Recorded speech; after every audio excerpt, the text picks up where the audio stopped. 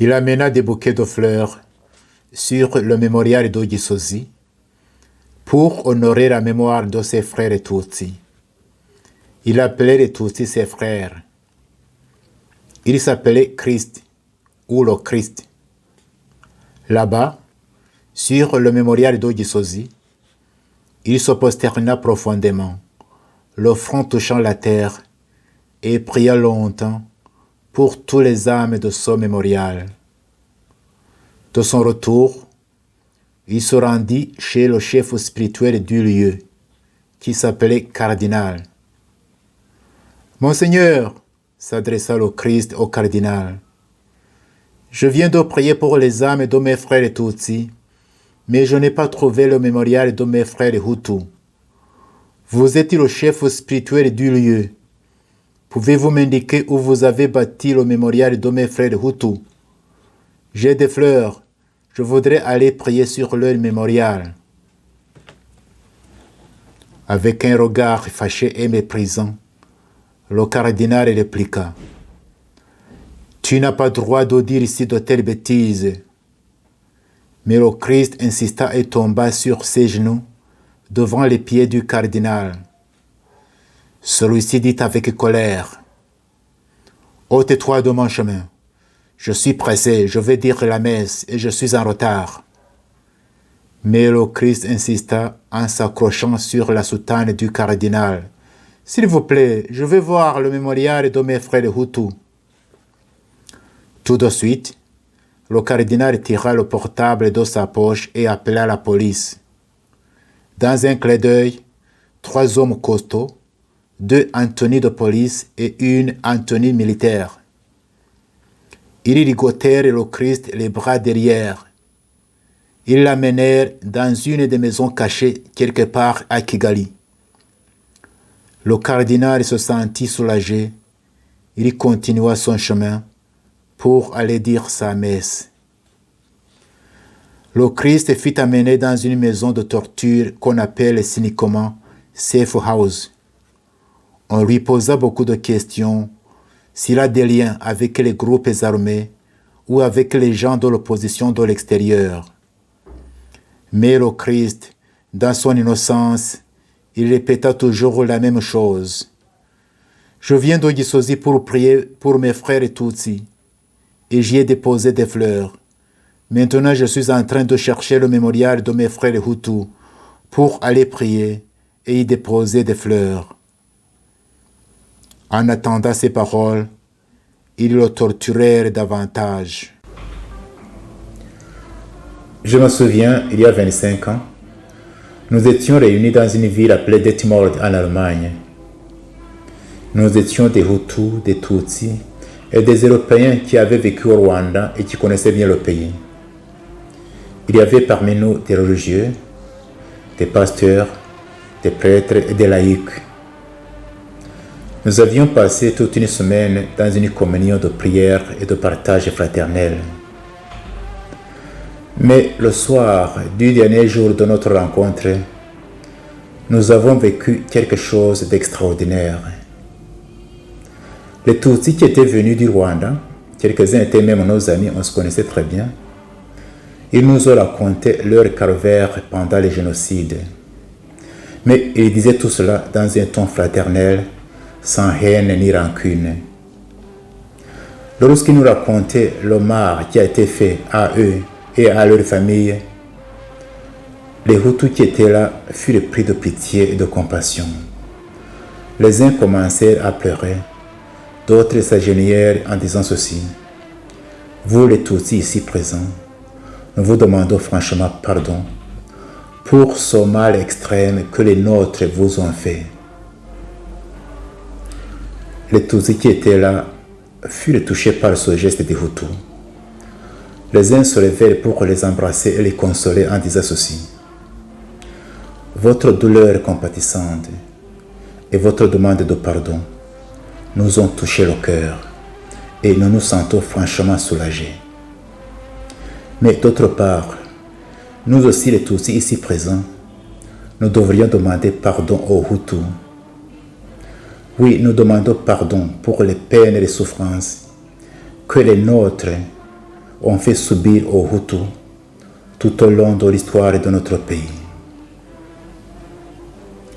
Les Européens qui étaient là furent étonnés et ils disaient ceci: c'est la première fois que nous entendons des paroles pareilles parmi les Rwandais.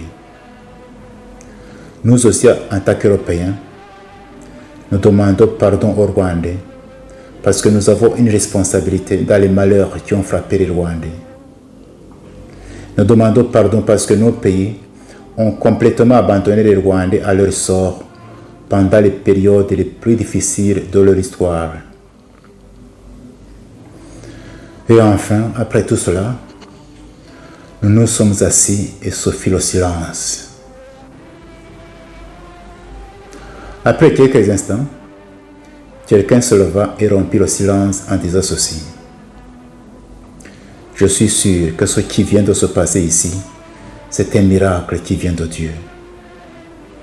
Je pense, disait-il, que nous devrions mettre par écrit ce que nous venons de vivre ici et inviter les Rwandais, nos compatriotes, à écouter la souffrance de l'autre, à se tenir dans la brèche et à demander pardon. Nous avons composé cet écrit et nous l'avons appelé Confession de Detmold.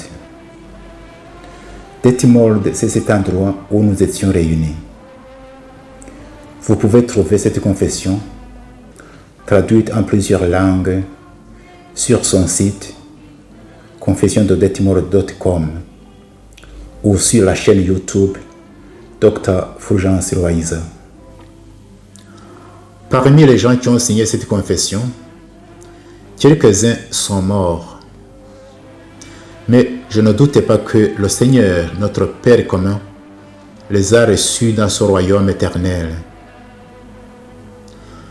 À sa publication, c'est-à-dire à la fin de l'année 1996, cette confession a été différemment accueillie et appréciée. Tandis que beaucoup l'appréciaient hautement et disaient que c'était le seul chemin que les Rwandais devraient emprunter pour arriver à la vraie réconciliation, d'autres s'y opposaient carrément, et parmi ceux-ci on pouvait trouver quelques prêtres et pasteurs. J'ai même entendu qu'à la radio Rwanda, à ce moment-là, on aurait diffusé la confession des Hutus seulement et laissé de côté la confession des Tutsis. Mais moi je pense que cette confession peut être une grande source d'inspiration pour la vraie réconciliation des Rwandais, c'est-à-dire la réconciliation entre les Rwandais eux-mêmes, mais aussi la réconciliation entre les Rwandais et leur histoire. Et ainsi les aider à sortir de cette impasse d'accusations mutuelles devant les tragédies qui ont endeuillé les Rwandais.